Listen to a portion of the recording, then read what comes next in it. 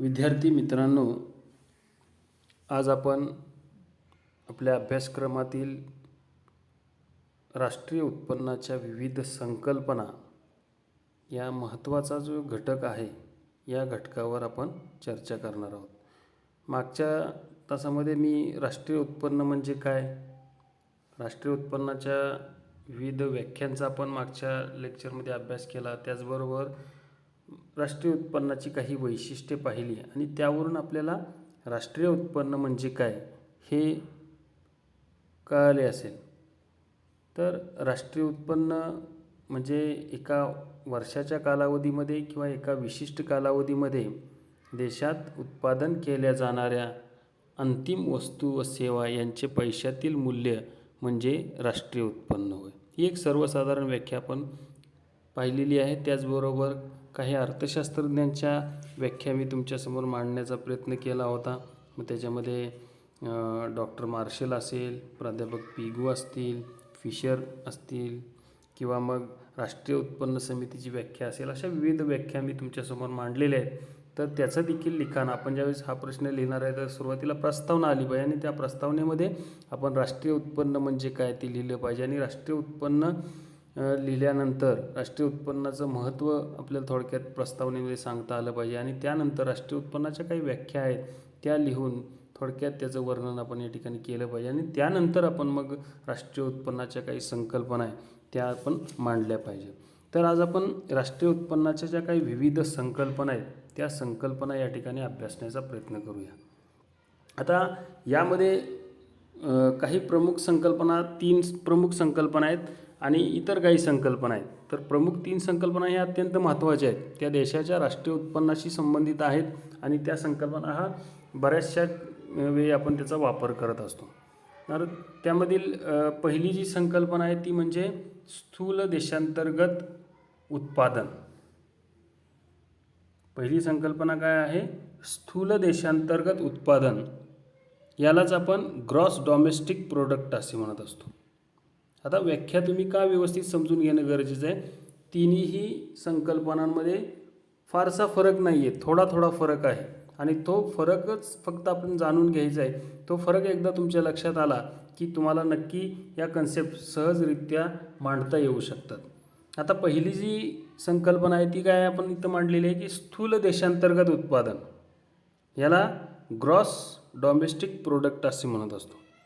आता ही जी संकल्पना आहे याची मांडणी करत असताना आपल्याला असं म्हणावं लागतं की एखाद्या देशाच्या अर्थव्यवस्थेमध्ये किंवा एखाद्या देशामध्ये एका वर्षाच्या कालावधीमध्ये किंवा एका वर्षाच्या कालावधीत निर्माण केल्या जाणाऱ्या अंतिम वस्तू व सेवांच्या मूल्यास स्थूल देशांतर्गत उत्पादन असे म्हटले जाते.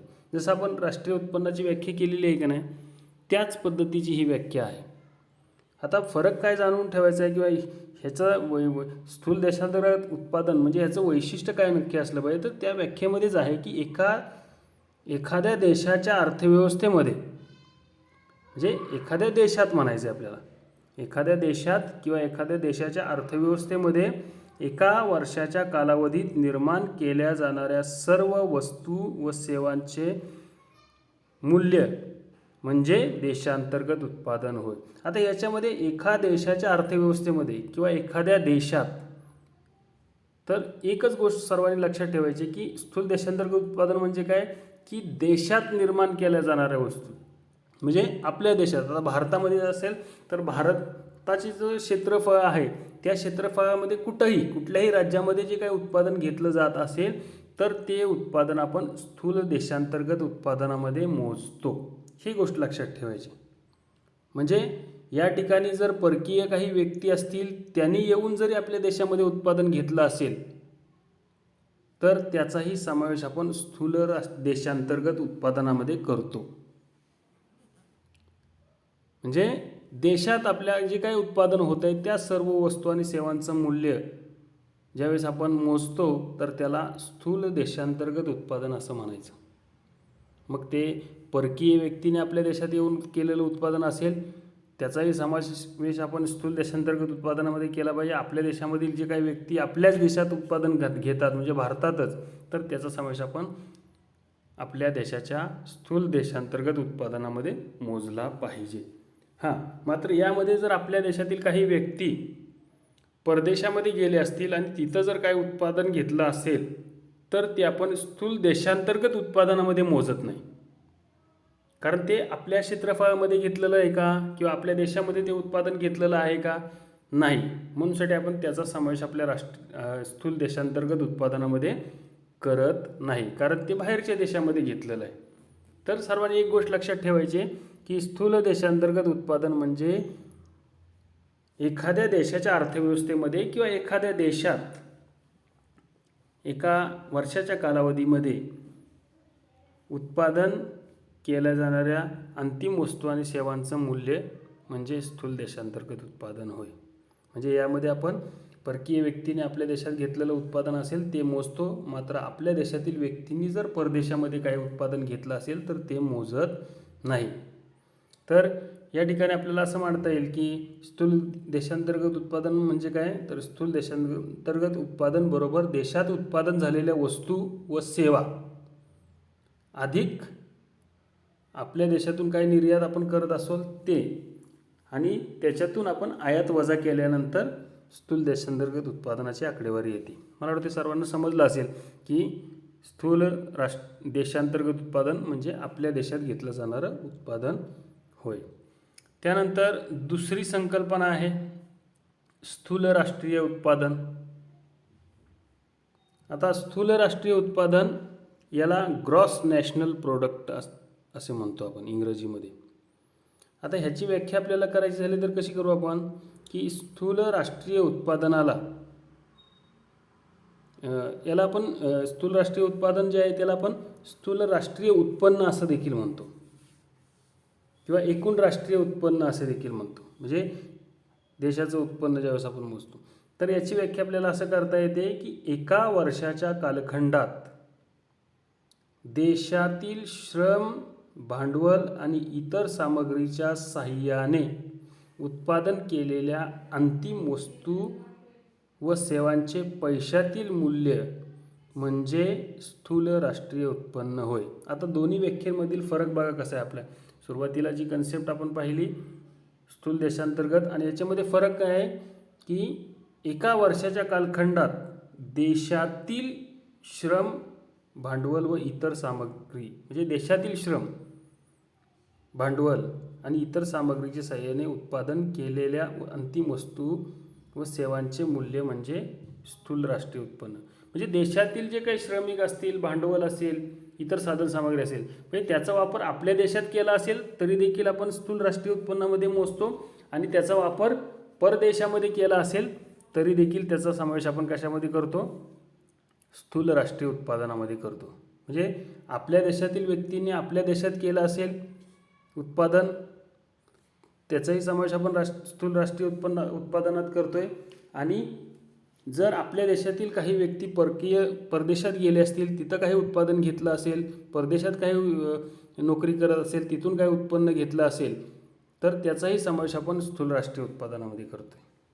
कारण जे श्रमिक परदेशात गेलेले आहेत ते कुठले आहेत, आपल्या देशाचे श्रमिक आहेत ना, किंवा आपल्या देशातील काही भांडवलदार असतील, परदेशामध्ये त्यांनी गुंतवणूक केली असतील, पण भांडवल ते कोणाचं आहे, आपल्या देशातलं आहे, कारण ती व्यक्ती आपल्या देशाची नागरिक आहे. म्हणजे आपल्या देशातील भांडवल ते परकीय याच्यामध्ये त्यांनी जरी वापरलं असेल तर ते देखील उत्पन्न राष्ट्रीय उत्पन्नामध्ये मोजतोय. तर हा फरक आहे. स्थूल देशांतर्गत उत्पादनामध्ये आपण काय म्हटलं होतं की आपल्या देशातच फक्त आपण उत्पादन ज्या काही वस्तूंचं घेतो, मग ते परकीयांनी घेतलं असेल, आपण घेतलं असेल, त्याचा समावेश आपण स्थूल देशांतर्गत उत्पादनामध्ये करतो. आणि स्थूल राष्ट्रीय उत्पादनामध्ये काय करतो की आपल्या देशातील भांडवल, श्रमिक आणि साधनसामग्री याचा वापर आपल्या देशात होत असेल त्याचा समावेश देखील आपण स्थूल राष्ट्रीय उत्पादनात करतोय. आपल्या देशातील श्रमिक, भांडवल आणि साधनसामग्री इतर देशामध्ये काही गुंतवणूक केली असेल तर त्याचाही समावेश आपण स्थूल राष्ट्रीय उत्पादनामध्ये करतो.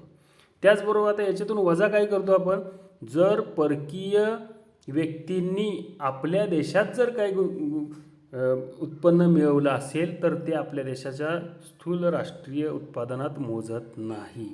कारण परकीय व्यक्ती म्हणजे ते आपलं श्रम नाही, किंवा परकीय व्यक्तीचं भांडवल हे आपलं भांडवल नाही, आणि त्यामुळं आपण परकीय व्यक्तीने जे काय गुंतवणूक केली असेल, परकीय व्यक्तीने काय उत्पन्न मिळवलेलं असेल आपल्या देशामध्ये, तर ते उत्पन्न आपण आपल्या स्थूल राष्ट्रीय उत्पादनामध्ये मोजत नाही.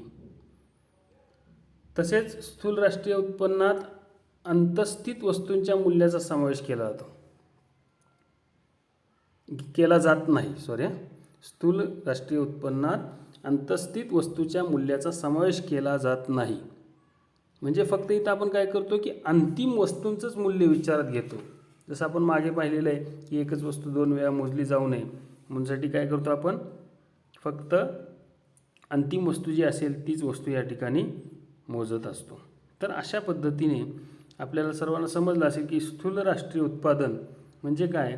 तर स्थूल राष्ट्रीय उत्पादन म्हणजे आपल्या देशातील नागरिकांनी आपल्या देशात घेतलेलं उत्पादन, त्याचबरोबर आपल्या देशातील नागरिकांनी परदेशामध्ये घेतलेलं उत्पादन याचा समावेश आपण स्थूल राष्ट्रीय उत्पादनामध्ये करतो. आणि तसेच परकीयांनी जर आपल्या देशामध्ये काय उत्पादन घेतलं असेल तर ते उत्पन्न आपण स्थूल राष्ट्रीय उत्पादनातून वजा करतो.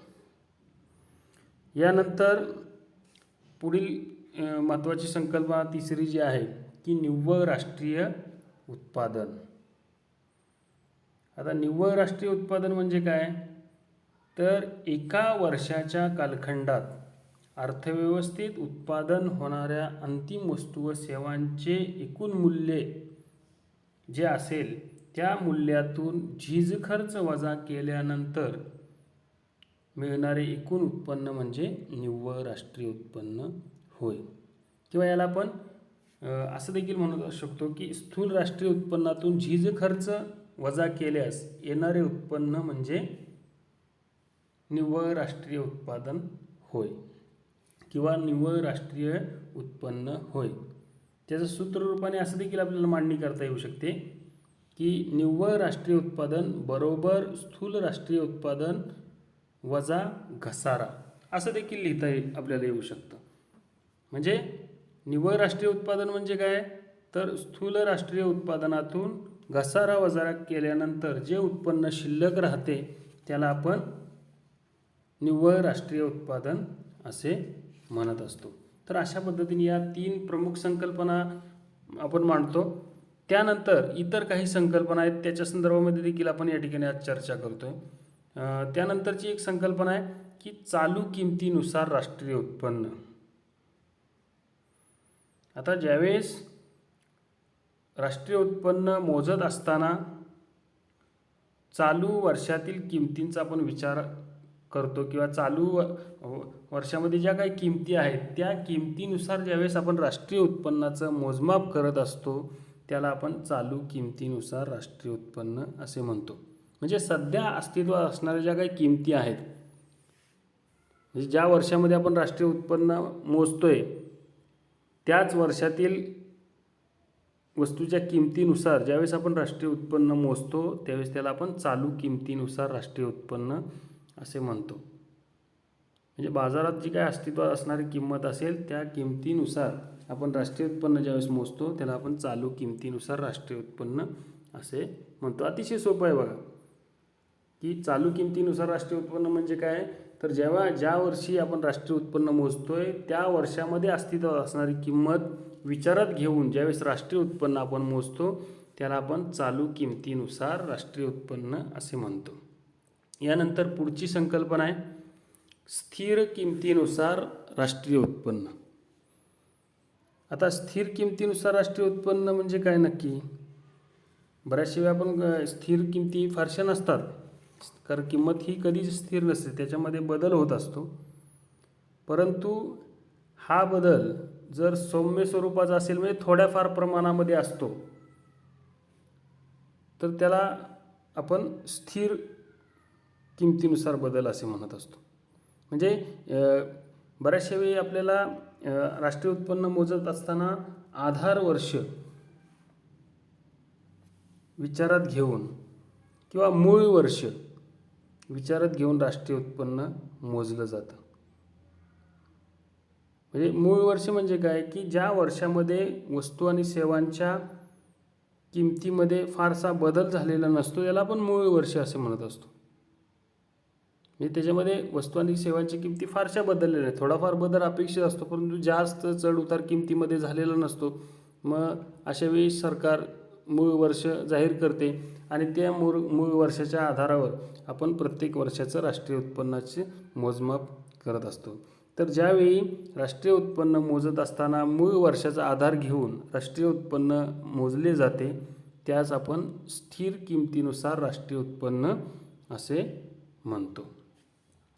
त्यानंतर पुढील संकल्पना आहे दरडोई उत्पन्न. याला आपण पर कॅपिटा इन्कम असे म्हणत असतो. आता दरडोई उत्पन्न म्हणजे काय किंवा ही संकल्पना स्पष्ट करताना आपण त्याची व्याख्या कशी करू शकतो, तर दरडोई उत्पन्न म्हणजे देशाच्या एकूण राष्ट्रीय उत्पन्नास देशातील एकूण संख्येने भागले असता येणारं उत्पन्न म्हणजे दरडोई उत्पन्न होय. म्हणजे देशाच्या राष्ट्रीय उत्पन्नास कशाने भागायचे, आपण लोकसंख्येने भागायचं आहे. म्हणजे देशाचं एकूण राष्ट्रीय उत्पन्न भागिले देशाची लोकसंख्या, येणारी आकडेवारी जी असेल त्याला आपण दरडोई उत्पन्न असे म्हणू शकतो. आता अशा पद्धतीने आपण दरडोई उत्पन्नाची आकडेवारी काढत असतो. म्हणजे राष्ट्रीय उत्पन्न जे काय आलेलं आहे त्यानुसार आपण त्याला देशाच्या लोकसंख्येनं भागायचं आहे आणि त्यानुसार मग आपल्याला दरडोई उत्पन्न म्हणजे एक सरासरी. दरडोई उत्पन्न काय असते, एक सरासरी असते की आपण त्या सरासरीच्या आधारावर ठरवत असतो की या देशातील प्रत्येक व्यक्तीचं उत्पन्न एवढं आहे. पण प्रत्यक्षात तसं नसते. काही व्यक्तीचं उत्पन्न त्या दरडोई उत्पन्नाच्या पातळीपेक्षा जास्त असू शकतं आणि काही व्यक्तीचं उत्पन्न हे दरडोई उत्पन्नाच्या अत्यंत खाली असते. मात्र कसं आहे की ॲव्हरेज आपल्याला त्या ठिकाणी काढावा लागतो की त्या देशातील लोकांचं राहणीमान कशा पद्धतीचं आहे किंवा सरासरी किती त्याला दरडोई उत्पन्न मिळतं हे काढण्यासाठी आपल्याला दरडोई उत्पन्नाची संकल्पना उपयोगी पडते. पण प्रत्यक्षात दरडोई उत्पन्न हे सर्वांचं समान असू शकत नाही. काही लोकांचं उत्पन्न जास्त असतं आणि काही लोकांचं उत्पन्न कमी असतं. तर आपण सूत्ररूपाने देखील त्याला मांडणी करू शकतो की दरडोई उत्पन्न बरोबर स्थूल राष्ट्रीय उत्पन्न भागिले एकूण लोकसंख्या, येणारी जी आकडेवारी असेल ती दरडोई उत्पन्नाची आकडेवारी असते. तर अशा पद्धतीने आपल्याला दरडोई उत्पन्न म्हणजे काय हे सांगता येते. तर दरडोई उत्पन्न म्हणजे स्थूल राष्ट्रीय उत्पन्न भागिले देशाची लोकसंख्या म्हणजे दरडोई उत्पन्न होय, किंवा ॲव्हरेज आपलं असते त्याला आपण दरडोई उत्पन्न म्हणतो. त्यानंतर पुढील संकल्पना आहे व्यक्तिगत उत्पन्न. याला आपण इंग्रजीमध्ये पर्सनल इन्कम असे म्हणत असतो. आता याच्यामध्ये व्यक्तिगत म्हणजे एका व्यक्तीचं उत्पन्न असं देखील आपल्याला म्हणता येते. तर एखाद्या व्यक्तीने एखाद्या वर्षाच्या कालावधीमध्ये, विशिष्ट कालावधी म्हणजे 1 वर्षाचाच असतो, तर एखाद्या व्यक्तीने एका विशिष्ट कालखंडात किंवा एका वर्षाच्या कालखंडात विविध मार्गांनी मिळवलेले उत्पन्न म्हणजे व्यक्तिगत उत्पन्न होय. आता एका व्यक्तीने मिळवलेलं उत्पन्न फक्त आपण असं म्हणू शकत नाही. तर विविध मार्गांनी मिळवलेलं उत्पन्न असा शब्दप्रयोग का केलेला आहे, कारण काही व्यक्ती अशा असू शकतात की त्यांचे उत्पन्नाचे अनेक मार्ग असू शकतात, विविध स्रोत असू शकतात. म्हणजे एखादी व्यक्ती नोकरी करत असेल, त्याची शेतीपासून देखील काही उत्पन्न असेल, किंवा मग त्याला त्याचं जर दुकान असेल तिथून काही उत्पन्न मिळत असेल, किंवा इतर काही त्याचे सोर्सेस असू शकतात की एकापेक्षा त्याच्याकडे जास्त घरं असतील तिथून त्याला काही उत्पन्न मिळत असेल, तर त्याचाही समावेश त्याचा वैयक्तिक उत्पन्नामध्ये होत असतो. आणि म्हणूनसाठीच इथं आपण त्याची व्याख्या काय केलेली आहे की एखाद्या व्यक्तीला एका वर्षाच्या कालखंडात विविध मार्गाने मिळणारे उत्पन्न म्हणजे व्यक्तिगत उत्पन्न होय. मी जसं सांगितलं आता की एखाद्या व्यक्तीला मिळणारी मजुरी असेल, किंवा एखाद्या व्यक्तीला मिळणारा प्रत्येक महिन्याला मिळणारा पगार असेल, एखाद्या व्यक्तीला पगाराशिवाय शिवाय काय बोनस मिळत असेल, त्याचा समावेश त्याच्या व्यक्तिगत उत्पन्नामध्ये होतो. किंवा मी सांगितलं मगाशी की एखाद्या व्यक्तीचं घर असेल, एकापेक्षा जास्त घरं असतील आणि 1-2 घरं त्यानं भाड्याने दिली असतील, किंवा त्यातील 1-2 रूम त्याने भाड्याने दिले असतील आणि त्यातून काय त्याला उत्पन्न मिळत असेल, तर ते त्याचं व्यक्तिगत उत्पन्न त्याच्यामध्ये मोजावं लागेल.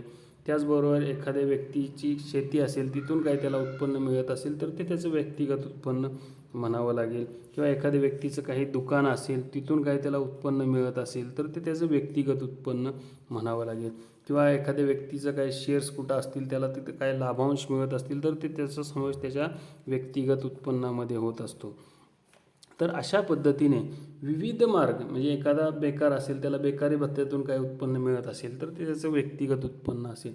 तर असे विविध मार्ग असू शकतात आणि या विविध मार्गातून काही व्यक्तींना उत्पन्न मिळत असते तर त्याचा सर्वांचा समावेश आपण व्यक्तिगत उत्पन्नाला असं म्हणू शकतो. म्हणजे एखाद्या व्यक्तीचा फक्त नोकरीच असेल तर त्याला आपण त्याचं ते नोकरीतून मिळणारं उत्पन्न हे व्यक्तिगत उत्पन्न, म्हणजे प्रत्येकाला ज्या काही मार्गाने उत्पन्न मिळतं आहे ती त्याचं व्यक्तिगत उत्पन्न असं म्हणावं लागेल. एखाद्याचे 4 मार्ग असू शकतात तर त्या 4 मार्गातून त्याला जे काही उत्पन्न मिळते त्याला आपण व्यक्तिगत उत्पन्न असे म्हणतो. तर अशा पद्धतीने आपल्याला व्यक्तिगत उत्पन्न म्हणजे काय हे आपल्याला सांगता आलं पाहिजे.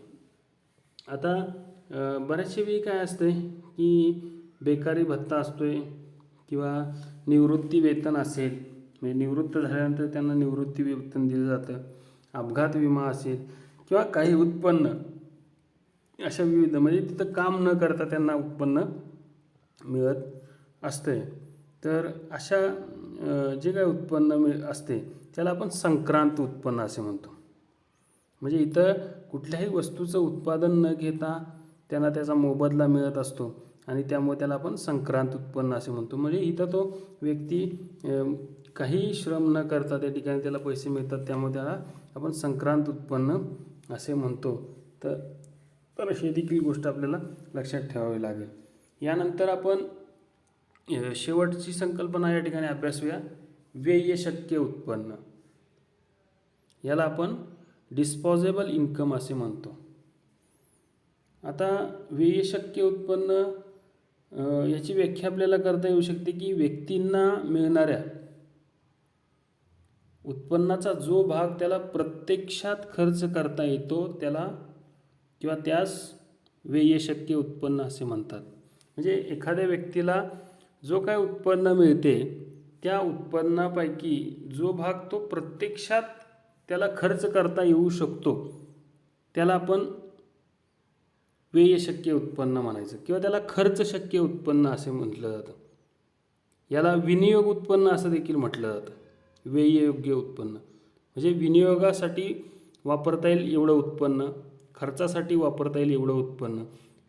तर याचं सूत्ररूपाने देखील अशी आपण मांडणी करू शकतो किंवा व्ययशक्य उत्पन्न बरोबर वैयक्तिक उत्पन्न वजा प्रत्यक्ष कराची रक्कम. आता याला खर्चशक्य रक्कम उत्पन्न का म्हटलेलं आहे, कारण बऱ्याचशा वेळी काय असतं की आपलं जे काही सर्वचे सर्व उत्पन्न असेल, म्हणजे व्यक्तिगत उत्पन्न ज्याला आपण म्हणतो, तर हे व्यक्तिगत उत्पन्न सर्वचे सर्व उत्पन्न आपल्याला खर्चासाठी उपलब्ध होईल असं नाही. मग त्यातील काही भाग आपल्याला सरकारला प्रत्यक्ष कर रूपामध्ये द्यावा लागतो. मग त्यामुळे कसं आहे की आपल्याला सर्वचे सर्व उत्पन्न खर्च करता येते का? नाही. उदाहरणार्थ आपल्याला एक 2.5 लाखाची मर्यादा आहे की 2.5 लाखाच्या उत्पन्नामध्ये आपल्याला काहीच कर भरावा लागत नाही. म्हणजे 2.5 लाखापर्यंत उत्पन्न असेल, एखाद्याचं उत्पन्न 1 लाख आहे, एखाद्याचं 1.5 लाख आहे, 2 लाख आहे, 2.5 लाखपर्यंत आहे, तर या उत्पन्नावर तुम्हाला कोणताही कर भरावा लागत नाही. म्हणजे 2.5 लाखाच्या आत ज्यांचं पण उत्पन्न 1 लाख असेल, 1.5 लाख असेल, 2 लाख असेल, 2.5 लाख असेल, तर हे सर्वचे सर्व उत्पन्न त्यांचं काय आहे? व्ययशक्य उत्पन्न आहे. म्हणजे त्यातील कुठलाही एकही रुपया त्यांना सरकारला कर रूपाने द्यावा लागणार आहे का? नाही. म्हणून हे सर्वचे सर्व उत्पन्न काय आहे? व्ययशक्य उत्पन्न आहे. म्हणजे सर्वचे सर्व उत्पन्न त्याला खर्च करता येणार आहे. मात्र दुसऱ्या बाजूला आपण विचार करूया की एखाद्याचं उत्पन्न 3 लाख आहे. मग आता इथं कसं होतं आहे की 3 लाख उत्पन्न म्हणजे 2.5 लाखापेक्षा त्याचं उत्पन्न जास्त आहे. वरच्या 50,000वर त्याला कर भरावा लागणार आहे. मग तो कर 5% असेल किंवा 10% असेल, काय सरकारने जे काही ठरवलं असेल त्यानुसार त्याला कर भरावा लागणार आहे. मग त्याला समजा 10% जर कर भरावा लागणार आहे तर वरच्या 50,000वर त्याला 5,000 रुपये कर भरावा लागणार आहे. म्हणजे एकूण उत्पन्न त्याचं किती आहे? 3 लाख. मात्र त्याचं सर्वचे सर्व उत्पन्न खर्च करता येणार आहे का? नाही. म्हणजे त्याला 5,000 कर भरावा लागणार आहे. म्हणजे त्याचं 3 लाखातलं जे प्रत्यक्ष व्ययशक्य उत्पन्न आहे ते काय आहे? 2,95,000. म्हणजे 2,95,000 त्याला स्वतःला खर्च करता येतील, मात्र इतर 5,000 त्याला काय करावं लागणार आहे, कर स्वरूपामध्ये भरावं लागणार आहे. आणि म्हणूनसाठी या ठिकाणी व्ययशक्य उत्पन्न म्हणजे काय की व्यक्तीला आपल्या व्यक्तिगत उत्पन्नातील जो भाग प्रत्यक्षरित्या खर्चासाठी वापरता येऊ शकतो तोच भाग आपण या ठिकाणी व्ययशक्य उत्पन्नामध्ये मोजला पाहिजे. तर अशा पद्धतीने या विविध संकल्पना आहेत, या विविध संकल्पना आपल्याला राष्ट्रीय उत्पन्नाच्या मांडता येतात आणि याच्यावरून आपल्याला राष्ट्रीय उत्पन्नाची संकल्पना अधिक स्पष्टपणे सांगता येऊ शकते की राष्ट्रीय उत्पन्न काय किंवा राष्ट्रीय उत्पन्नाच्या काही संकल्पना आहेत, त्यावरून आपल्याला राष्ट्रीय उत्पन्नाची महत्त्व आपल्याला किती आहे ते या ठिकाणी समजून येते.